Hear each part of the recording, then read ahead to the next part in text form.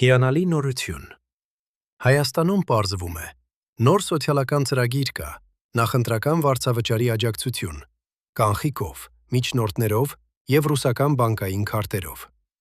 Հակակոռուպցիոն կոմիտեն հայտնում է, որ Ուժեղ Հայաստան կուսակցության թեկնածուի կազմակերպմամբ մարդիկ Լոռու մարզում ընտրողների բնակարանների վարձավճարներ են տվել։ Որովհետև ծրագիր ներկայացնելը երևի շատ հին մեթոդ է։ Ավելի հեշտ է տանտիրոջը վճարել։ Հետ կթաքցնելու համար, ըստ պաշտոնական նյութի, օգտագործել են միջնորդներ, ուրիշների մեքենաներ, հիմնականում կանխիկ գումար, փոխկապակցված ընկերությունների աշխատողներ և նրանց շրջապատի մարդիկ։ Նույնիսկ ծրագրել են օգտագործել ռուսական բանկային քարտեր, որ փողի շարժը դժվար լինի հետևել։ Շատ թափանցիկ իհարկե։ Ձայնագրության մեջ խոսում են տաշիր ուղարկված 20,000-ի, տան վարձի, սննդի, 2 միլիոնի, ֆինթարուրր հազարի